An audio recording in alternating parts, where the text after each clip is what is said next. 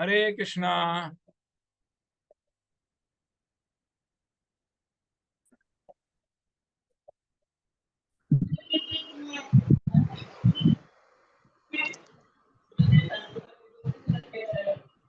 हरे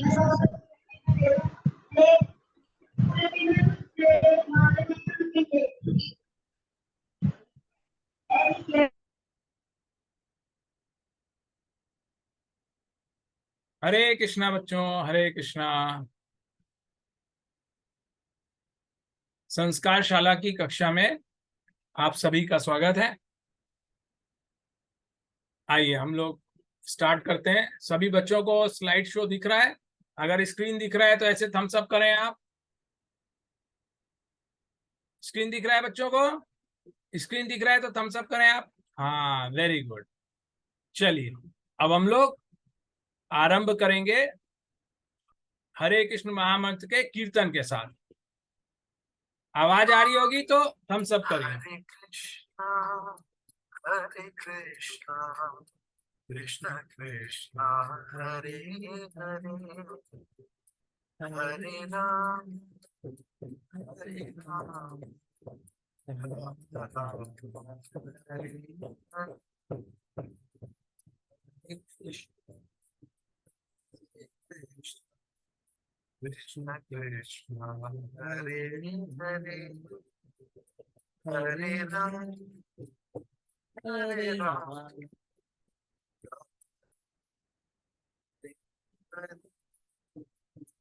हरे कृष्णा कृष्ण कृष्ण हरे हरे। हरे कृष्णा कृष्ण कृष्ण हरे हरे हरे राम हरे राम हरे हरे हरे कृष्णा हरे कृष्णा कृष्ण कृष्ण हरे हरे हरे राम हरे राम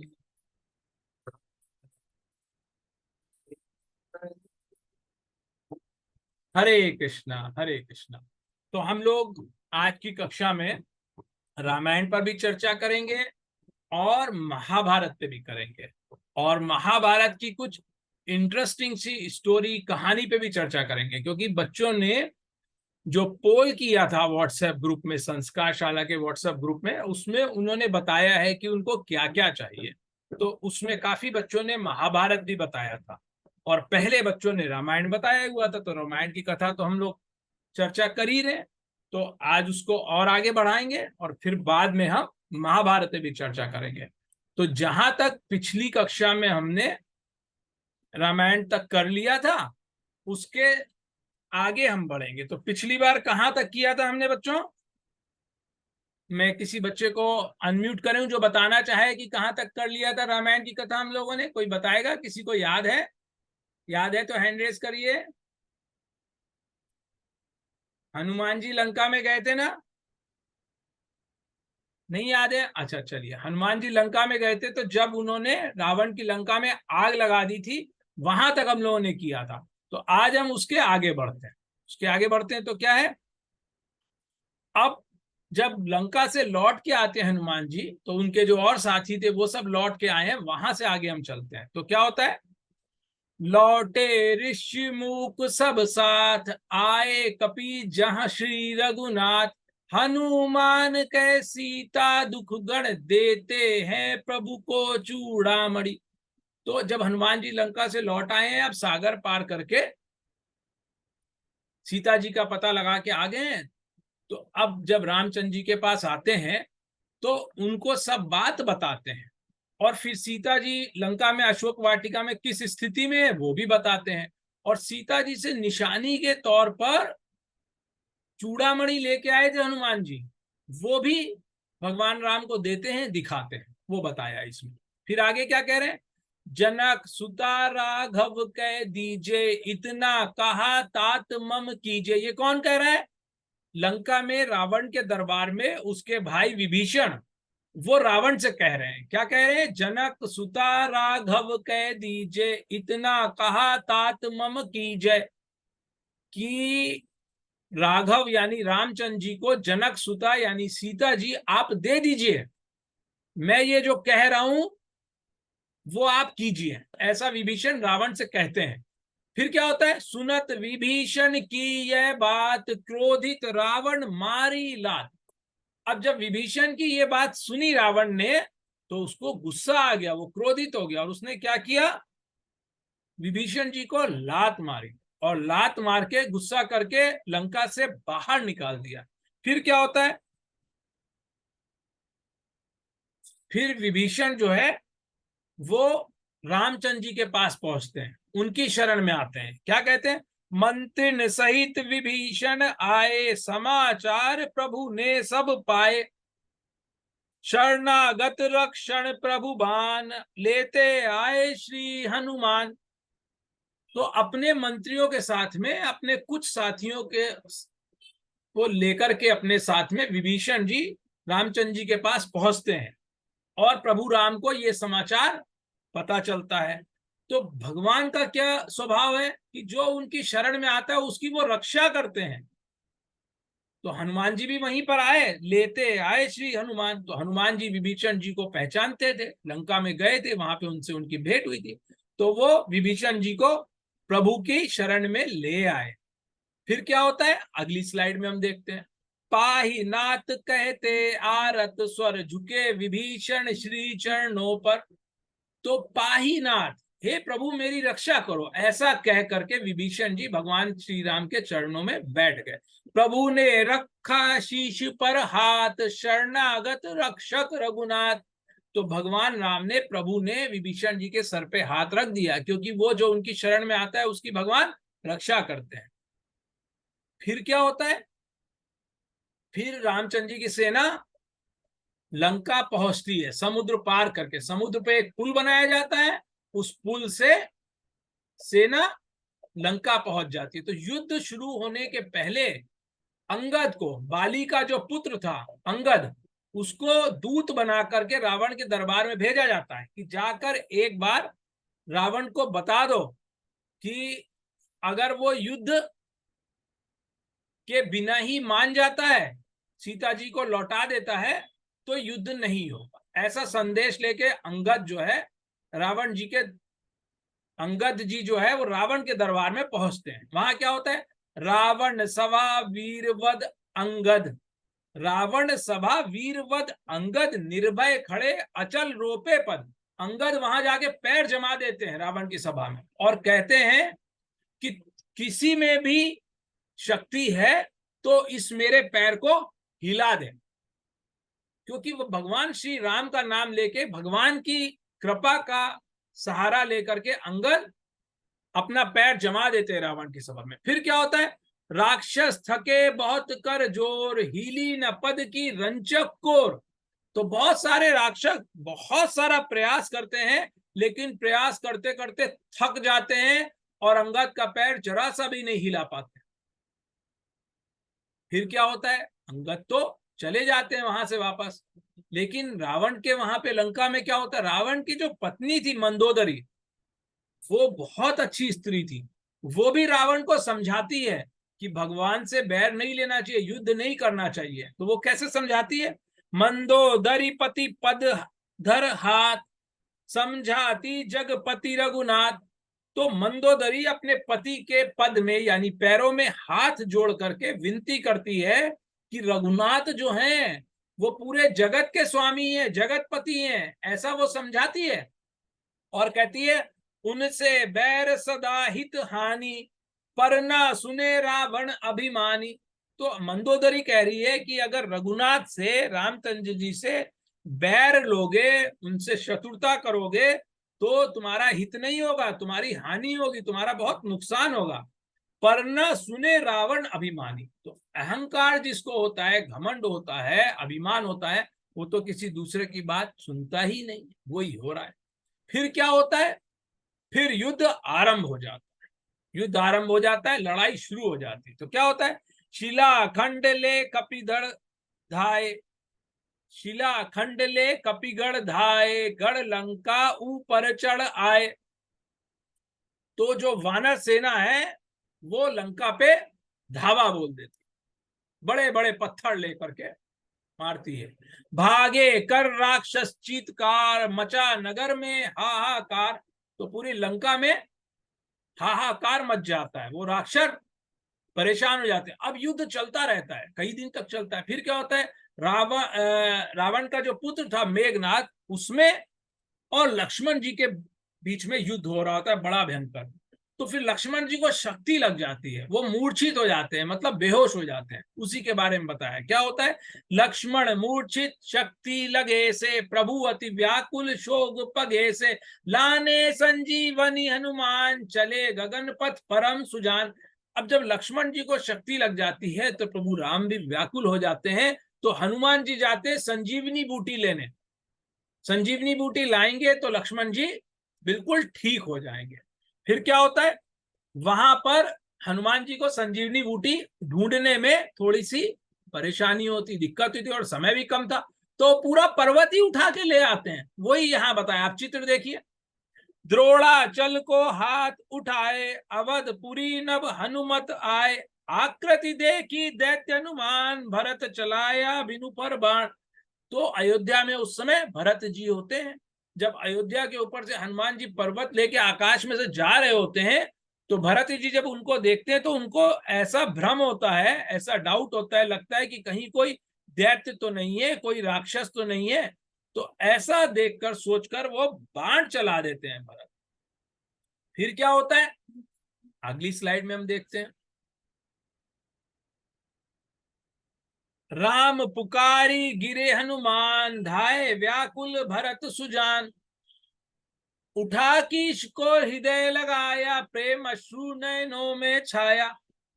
तो जब बाण लगता है हनुमान जी को तो वो राम राम पुकारते हुए गिर जाते हैं। तो जब वो राम राम पुकारते हैं तो भरत जी को पता चल जाता है, ये तो कोई राम का भक्त है, मेरे प्रभु मेरे बड़े भाई रामचंद्र जी, ये तो कोई उनका भक्त है, ये तो दैत्य नहीं हो सकता।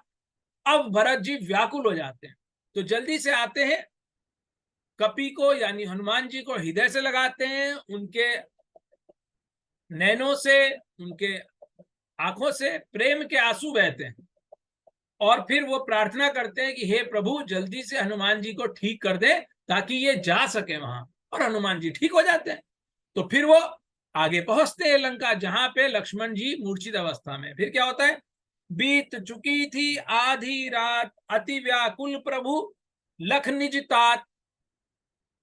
आधी रात बीत चुकी थी तो सब लोग बहुत व्याकुल हो रहे थे कि हनुमान जी कब आएंगे संजीवनी बूटी लेके। दूर हुआ पर शोक अपार, गिरी ले आए पवन कुमार। और फिर हनुमान जी पहुंच जाते हैं और सबका दुख शोक दूर हो जाता है। अब फिर से युद्ध आरंभ हो जाता है, युद्ध फिर से आरंभ हो जाता है। तो क्या होता है, हनुमान ने घूसा मारा, व्याकुल रावण हुआ बेचारा, गिरा भूमि पर घुटने टेक, चकित हुआ कपि का बल देख। तो जब युद्ध चल रहा होता है तो युद्ध के बीच में ही एक दिन क्या होता है, रावण के सामने हनुमान जी आ जाते हैं। हनुमान जी आ जाते हैं तो जोर से उस पर मुष्टि प्रहार करते हैं। तो वो इतना जोर से प्रहार करते हैं कि वो गिर जाता है। तो गिर जाता है तो रावण थोड़ा चकित भी हो जाता है, हैरान भी हो जाता है कि अरे हनुमान जी में इतना अधिक बल है। तो आज हम लोग यहां तक चर्चा करेंगे रामायण की, फिर आगे बढ़ेंगे।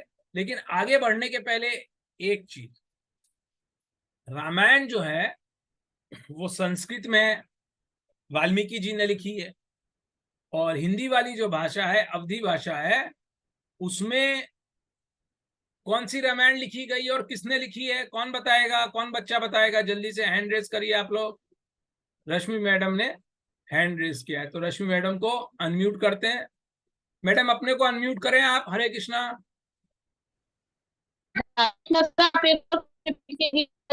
मेरे पास।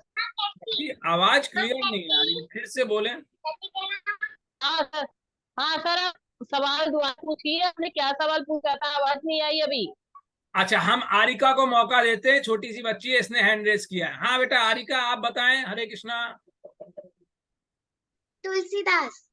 तुलसीदास, बिल्कुल सही बताया बच्ची ने। प्रश्न ये था कि रामायण तो संस्कृत में वाल्मीकि जी ने लिखी है, अवधी भाषा में, हिंदी में जो हम लोगों को समझ में आती है, वो किसने लिखी और वो कौन सा ग्रंथ है? तो आरिका ने बताया कि तुलसीदास जी ने लिखी है। और उसका नाम क्या है? कौन बच्चा बताएगा? आरती बताना चाह रही है? अनम्यूट करें बेटा अपने आप को। हरे कृष्णा। रामायण। नहीं, रामायण तो संस्कृत में वाल्मीकि जी ने लिखी है। रामचरितमानस जो अवधी भाषा में है, जो हम लोग पढ़ते हैं तो हम लोग को हिंदी में समझ में आ जाती है, वो उसका नाम क्या उस ग्रंथ का? बाल मथुर ऐसा नाम सर। बाल मथुर ऐसा। नहीं, आपको ध्यान नहीं आ रहा है। मैं आरिका को फिर से अनम्यूट करता हूँ। बेटा बताइए आरिका, अनम्यूट करिए अपने आप को। रामचरितमानस। बिल्कुल सही, रामचरितमानस। तो अब रामचरितमानस में जो रामचंद्र जी की कथा है रामायण की, उसको 7 चैप्टर में 7 हिस्सों में बांट दिया। और हर एक चैप्टर को क्या बोलते हैं? कांड। तो सबसे पहला कांड उसमें कौन सा है? बाल कांड, जिसमें बचपन की बातें बताई हैं। भगवान राम, लक्ष्मण, शत्रुघ्न, भरत और रामचंद्र जी के विवाह की भी जो कथा है ना, स्वयंवर होता है सीता जी का, वो भी बाल कांड में ही आता है। फिर दूसरा कांड कौन सा है रामचरितमानस का? वो है अयोध्या कांड। सब बच्चे धीरे धीरे याद हो जाएगा आप लोगों को, है। फिर तीसरा कांड कौन सा है? वो है अरण्य कांड। जब वन में जाते हैं तो वो है अरण्य कांड। और अरण्य कांड में ही क्या होता है? वन में जाते हैं, फिर वहीं पे रावण सीता जी का हरण कर लेता है। फिर बाद में कौन सा कांड आता है? चौथा, किष्किंधा कांड, जिसमें रामचंद्र जी की भेंट होती है हनुमान जी से, सुग्रीव से। वो है किष्किंधा कांड। और अभी थोड़े समय पहले जो हम लोग पढ़ रहे थे कि हनुमान जी लंका में गए, उन्होंने सीता जी को खोजा और उन्होंने लंका में आग भी लगा दी, वो कौन सा कांड है? रश्मि मैडम ने हैंड रेज किया। मैडम आप कुछ कहना चाह रही हैं? अनम्यूट करें अपने आप को। हरे कृष्णा। हाँ, सभी कांड है। आप क्या कह रही हैं मैडम? आवाज क्लियर नहीं आई। हरे कृष्णा। हेलो सर, आप मेरी आवाज आती रही। मैं ये कह रही हूँ सर, ये सुंदर कांड है जो आप बात कर रहे थे। हाँ, आपने बिल्कुल सही बोला, वो सुंदर कांड है। बिल्कुल ठीक जवाब दिया आपने, बिल्कुल सही। ये सुंदर कांड है। हाँ, सुंदर कांड में हनुमान जी लंका जाते हैं, सीता जी का पता लगाते हैं और लंका में आग भी लगाते हैं। फिर उसके बाद छठा जो कांड आता है वो है लंका कांड, जिसमें युद्ध भी होता है। और फिर अंतिम जो 7वां है, उसका नाम है उत्तर कांड। तो ये है 7 कांड जिसमें रामचरितमानस आता है। और रामायण जो लिखी है वाल्मीकि जी ने संस्कृत में, उसमें भी 7 कांड है, उनके भी नाम यही है। अब हम लोग आज चलते हैं महाभारत की बात करने के लिए। अगली स्लाइड पे चलते हैं, हम महाभारत की बात करते हैं। अब महाभारत के बारे में, जैसा आपको चित्र में दिखाई दे रहा है कि कोई बोल रहा है और कोई लिख रहा है, तो कौन सा बच्चा बताना चाहेगा कि ये चित्र में जो 2 लोग दिखाई दे रहे हैं ये कौन है? तो अद्विका ने हैंड रेस किया है। मैं अद्विका को अनम्यूट कर रहा हूं। अद्विका बताइए, कौन है ये लोग जो दिखाई दे रहे हैं आपको चित्र में? बेटा आवाज नहीं आई यार। वो है वेद। नहीं, फिर से बोले, जो सुनाई नहीं बोल दिया। रहे हैं जो बोल रहे हैं वो है वेद व्यास जी। हाँ, और जो लिख रहे हैं वो है गणेश जी। बिल्कुल सही बताया बच्चे ने। और ये कथा बहुत इंटरेस्टिंग है, बहुत रोचक है। सबसे पहले हम महाभारत की यही कथा देखते हैं। तो महाभारत जब लिखनी थी वेद व्यास जी ने, वेद व्यास जी बहुत महान ऋषि हैं। उन्होंने महाभारत भी लिखी है, उन्होंने श्रीमद् भागवतम भी लिखी है ना। और इन्होंने चारों वेदों का संकलन भी किया था, इसलिए व्यास जी का नाम वेद व्यास पड़ा था। तो महाभारत लिख के जो रचयिता है, रचना जिन्होंने करी है, वो भी वेद व्यास जी हैं। और श्रीमद् भागवतम लिखने वाले वो भी व्यास जी हैं। ठीक है। अब इन्होंने रचना कर ली, अपने मन में पूरा महाकाव्य महाभारत की रचना कर ली। अब क्या होता है, अब वो चाहते थे कि कोई एक ऐसा व्यक्ति हो जो इसको पूरे को लिख दे। मैंने रचना कर ली है, अब मैं बोलता जाऊं और कोई लिख दे। लेकिन इनको कोई व्यक्ति ऐसा मिलता नहीं है जो इतना लिख सके।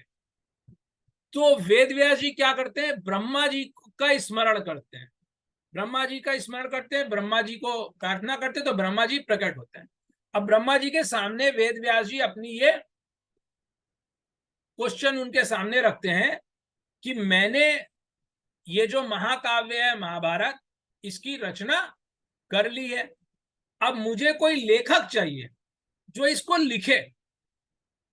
तो ब्रह्मा जी कहते हैं कि वो तो सिर्फ गणेश जी कर सकते हैं, आप गणेश जी से प्रार्थना करो, उनका स्मरण करो, तो वो आ जाएंगे और फिर ये महाभारत का लिखने का कार्य हो जाए। तो वेद व्यास जी गणेश जी की स्तुति करते हैं, उनका स्मरण करते हैं, तो गणेश जी फिर प्रकट होते हैं। तो वेद व्यास जी उनसे कहते हैं कि मैंने महाभारत का जो महाकाव्य है इसकी रचना तो कर ली है, अब इसको लिखना है, तो आप कृपया ये लिख दें। तो गणेश जी उनके सामने एक शर्त रखते हैं, एक कंडीशन रखते हैं। क्या शर्त रखते हैं कि मैं लिख तो दूंगा लेकिन मैं लगातार लिखूंगा, आपको चुप नहीं होना है, मैं लगातार लिखूंगा, बीच में व्यवधान नहीं आना चाहिए, आपको लगातार बोलना पड़ेगा, ठीक है। तो वेद व्यास जी कहते हैं ठीक है, मैं आपकी शर्त मान लेता हूं, आपकी बात मान लेता हूं, लेकिन आपको भी एक मेरी बात माननी पड़ेगी, मेरी भी एक कंडीशन है। तो गणेश जी कहते हैं क्या? तो वेद व्यास जी कहते हैं मेरी कंडीशन ये है, शर्त ये है कि आप जब तक समझेंगे नहीं उस बात को जो मैंने कहा है, तो बिना समझे लिखेंगे नहीं। तो गणेश जी कहते हैं ठीक है, तथास्तु। फिर ये लिखने का कार्य महाभारत का आरंभ होता है। अब इससे आगे की हम चर्चा करें उसके पहले हम अथर्व को अनम्यूट करते हैं। अथर्व बहुत देर से हैंड रेज कर रहे हैं। हाँ अथर्व, अनम्यूट करें और बताएं आप क्या कहना चाह रहे हैं। जो वेद व्यास जी थे, महाभारत में ऐसा कहा गया है कि वो सत्यवती जी के बेटे थे सबसे पहले। बेटा ये आपकी और बात बिल्कुल ठीक है, ठीक है, लेकिन क्या करना है, क्लास के कुछ रूल्स हैं, आगे आगे नहीं भागना। अब हर बच्चे को बहुत सारी बातें मालूम है, जैसे आपको पता है, और भी बहुत अब सब लोग अगर बीच बीच में अपनी बातें बताने लगेंगे तो क्या होगा, आप बताओ क्या होगा? फिर हम लोग थोड़ा सा डिस्ट्रैक्ट हो जाएंगे। तो हम लोग क्या करते हैं, सिस्टम हमारा ये है कि क्लास 40 मिनट्स की होती है, तो लास्ट के 5 मिनट हम लोग रखते हैं क्वेश्चन आंसर्स के लिए, क्विज के लिए। तो जो भी कहना है वो आप लास्ट में कहेंगे। हाँ, जो चर्चा हो चुकी है उसमें कोई बात समझ में ना आ रही हो आपको, तो आप हैंड रेस करो और आप पूछो कि हमको ये समझ में नहीं आया, ठीक है? Okay, sorry. नहीं नहीं, सॉरी की कोई बात नहीं है, चिंता ना करें। ये तो बहुत अच्छी बात है कि आपको पता है ये बात पहले से। ये हम लोग आगे की क्लास में चर्चा करेंगे। महाभारत पता है बहुत बड़ा ग्रंथ है, महाभारत इतना बड़ा ग्रंथ है, हम लोगों को महाभारत कवर करने में बहुत क्लासेस लगने वाली हैं। कितना बड़ा ग्रंथ है पता है? किसमें कितने श्लोक है, कौन बच्चा बताएगा? अभी मैं पहले भारवी को अनम्यूट कर रहा हूं, भारवी ने हैंड रेस किया, कुछ कहना चाह रही थी भारवी। भारवी आप कुछ कहना चाह रही है क्या? आपने हैंड रेस किया है।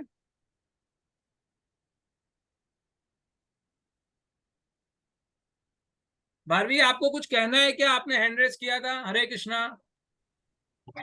गणेश जी जब लिख रहे होते हैं तो बार बार जो मोर पंख है वो टूट जाता है, इसलिए गणेश जी ने खुद का एक दांत तोड़कर लिखना शुरू किया था।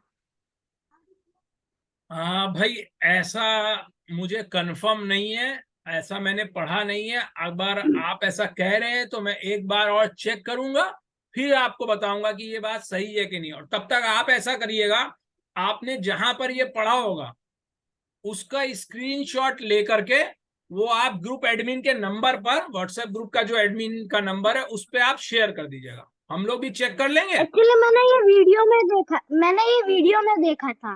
अच्छा, वो वीडियो आप शेयर कर दीजिएगा, हम हाँ। लोग उसकी ऑथेंटिसिटी चेक कर लेंगे कि वो कितना करेक्ट है, ठीक है। और महाभारत में हम लोग तो ठीक है। पढ़ महाभारत का अध्ययन करेंगे अभी, तो अगर ऐसा सत्य है तो हमें पता भी चल जाएगा महाभारत पढ़ते समय, ठीक है।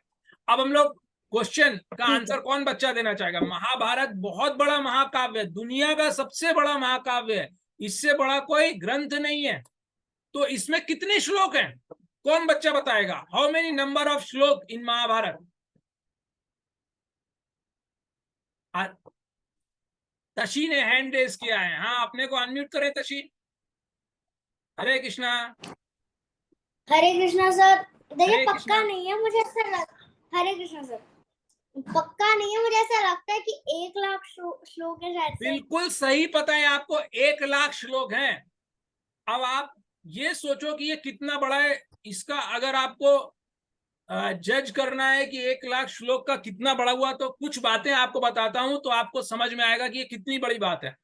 गीता जो हम लोग पढ़ते हैं, भगवत गीता, उसमें कितने श्लोक हैं? 700 श्लोक, ठीक है। और श्रीमद् भागवतम जो इतना बड़ा ग्रंथ है, उसमें कितने श्लोक हैं? 18,000 श्लोक। और चारों वेदों को अगर हम मिलाते हैं तो उसमें भी लगभग 20,000 के आसपास श्लोक हैं, ठीक है। और ये महाभारत एक ऐसा ग्रंथ है जिसमें 1,00,000 श्लोक हैं। अब आप सोचिए कितना बड़ा ग्रंथ है। और इसमें क्या है, महाभारत में है क्या, जब ये बात होगी। हाँ तशी, आप कुछ कहना चाह रहे हैं बेटा? हाँ, अनम्यूट करें अपने आप को। हरे कृष्णा। हरे कृष्णा सर, एक क्वेश्चन है। हाँ बेटा बोलो।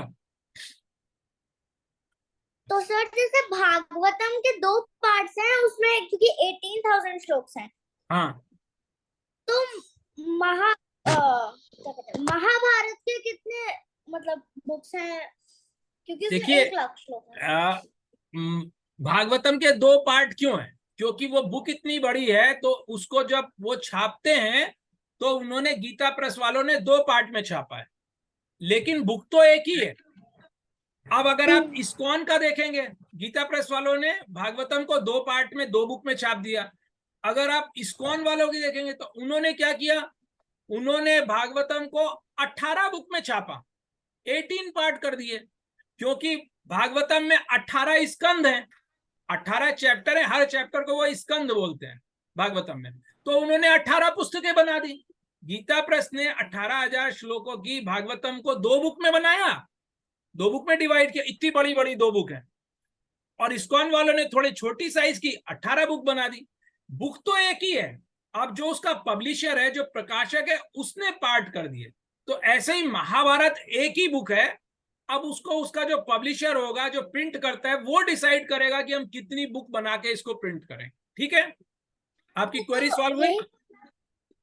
हाँ सर, ये तो समझ आ गया। लेकिन महाभारत जिसने मतलब जिसने ये छापी है, तो महाभारत स्टोरी एक है, बुक एक है, लेकिन कितने पार्ट्स हैं उसके? हाँ, तो देखिए, अब आपको बहुत अच्छा क्वेश्चन है, और इस क्वेश्चन से ना सब बच्चों के लिए बड़ी एक काम की बात है। आप ध्यान दीजिएगा, वेद व्यास जी ने श्रीमद् भागवतम लिखी, उसके रचयिता भी वही है।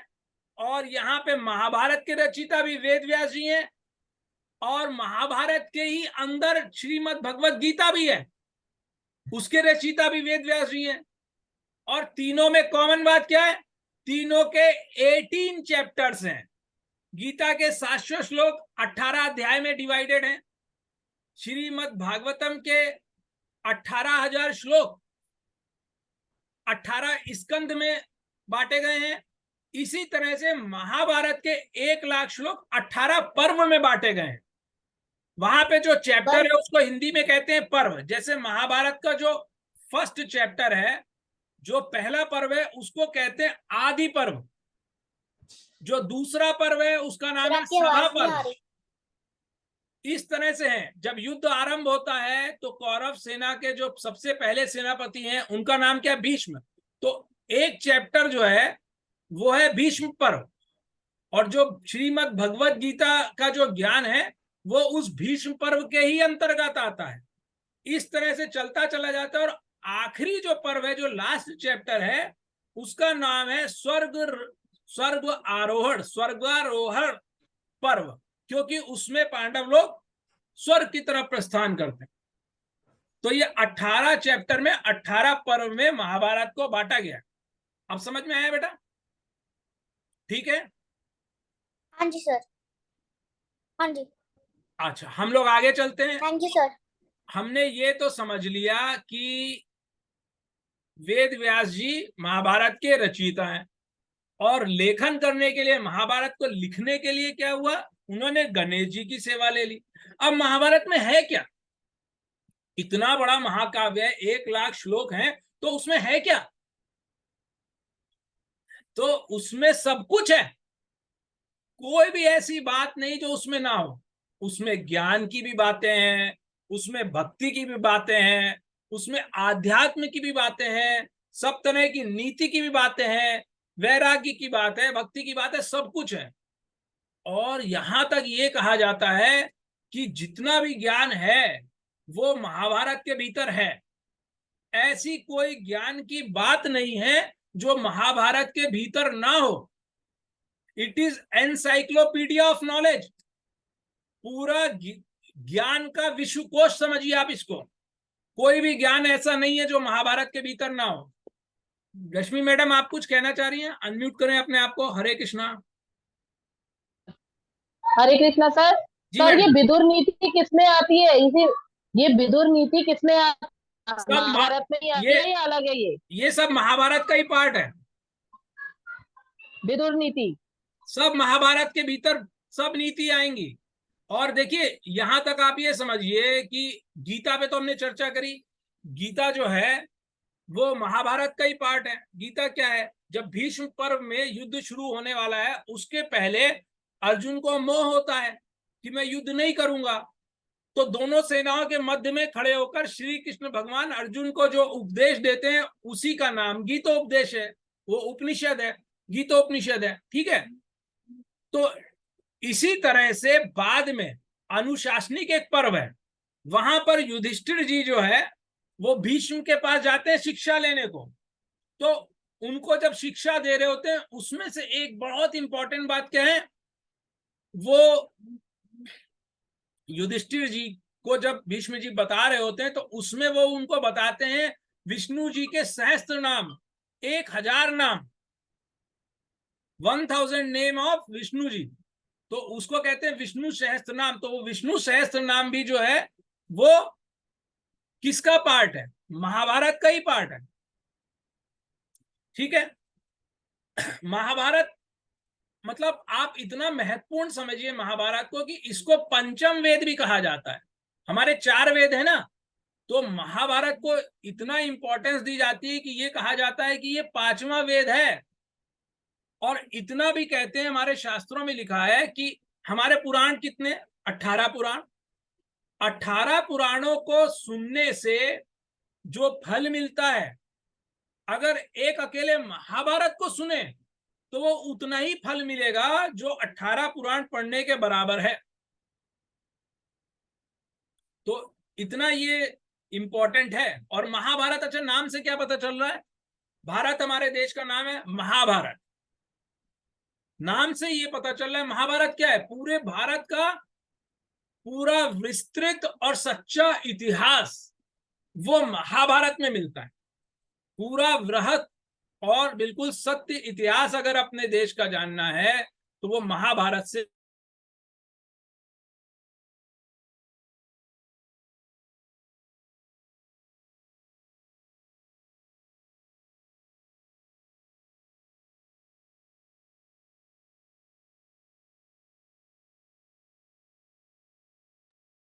हरे कृष्णा, हरे कृष्णा। थोड़ा सा नेटवर्क का प्रॉब्लम था, तो वापस से हम लोग ज्वाइन करते हैं। आपको आवाज स्पष्ट आ रही है? अगर आवाज आ रही है तो हैंड रेस करें आप। आवाज आ रही है तो हैंड रेस करें, थम्स अप करें कुछ। हरे कृष्णा। आपको मेरी आवाज आ रही है क्या?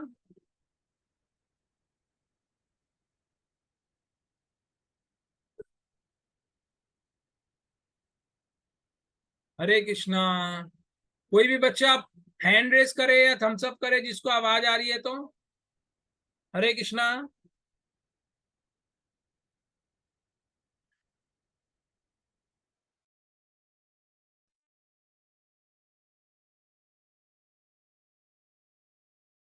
हरे कृष्णा, हरे कृष्णा।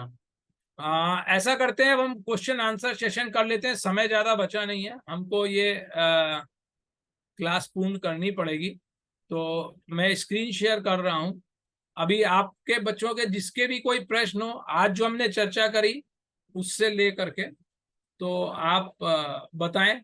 मैं भव्या को अनम्यूट कर रहा हूं। भव्या भारती, आपने हैंड रेज किया है। हरे कृष्णा, अपने को अनम्यूट करें। आप कुछ कहना चाह रहे हैं? नहीं सर, वो मैंने हैंडल किया था कि आपका वही आ रहा है। ठीक है बेटा, मैं अथर्व को अनम्यूट कर रहा हूँ। अथर्व, आप कुछ कहना चाह रहे हैं? हरे कृष्णा बेटा। बेटा अपने को अनम्यूट करें अथर्व। हरे कृष्णा। हरे कृष्णा। मैं बताना चाहता था कि जब मैं श्रीमद् भगवत गीता पढ़ रहा था तो उसमें महाभारत में 18 की इम्पोर्टेंस बताई थी। जैसे गीता में 18 अध्याय हैं, महाभारत में 18 पर्व हैं, युद्ध भी 18 दिन का ही चलता है। अगर हम कौरवों और पांडवों की सेनाओं का मिलन करें तो भी 18 ही बनता है, और एक अक्षाणी का की सेना का योग भी 18 ही होता है। बहुत सुंदर। आप किस कक्षा में पढ़ते हैं अथर्व? किस क्लास में पढ़ते हैं?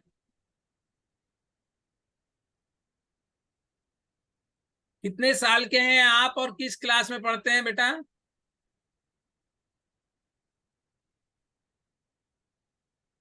लगता है अथर्व से संपर्क हो नहीं पा रहा है, लेकिन बहुत अच्छी बात है। छोटा बच्चा है, उसको इतनी सारी बातें मालूम है, ये बहुत प्रशंसा की बात है। चलिए हमारा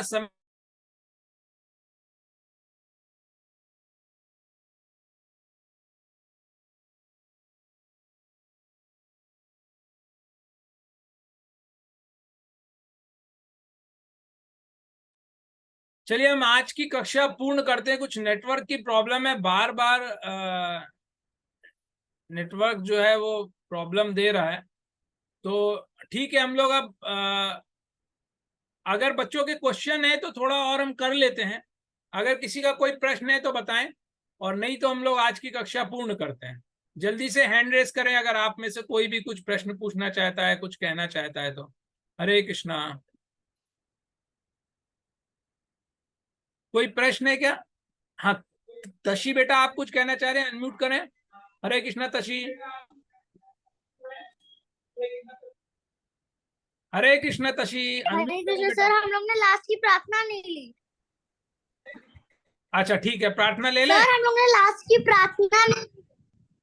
आप लेना चाहते हैं लास्ट की प्रार्थना? अच्छा ठीक है, एक बार तृप्ति से पूछ लेते हैं। तृप्ति बेटा आप क्या कहना चाह रहे हैं? आपने हैंड रेस किया है। हम पुरानी हम पुरानी क्लासेस कैसे चला सकते हैं पुरानी क्लासेस बेटा, YouTube पे? हमारा YouTube चैनल है ना, संस्कार शाला का गीता प्रेमी संघ के नाम से, उसमें आपको पुरानी क्लासेस की सब रिकॉर्डिंग मिल जाएंगी। ठीक है। अच्छा, अद्विका क्या कहना चाह रही है? अद्विका अनम्यूट करें अपने आप को। हरे कृष्णा अद्विका।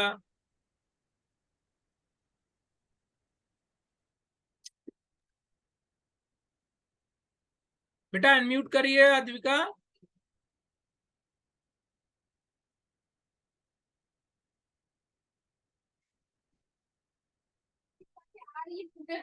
कंप्लेन करनी पड़ेगी।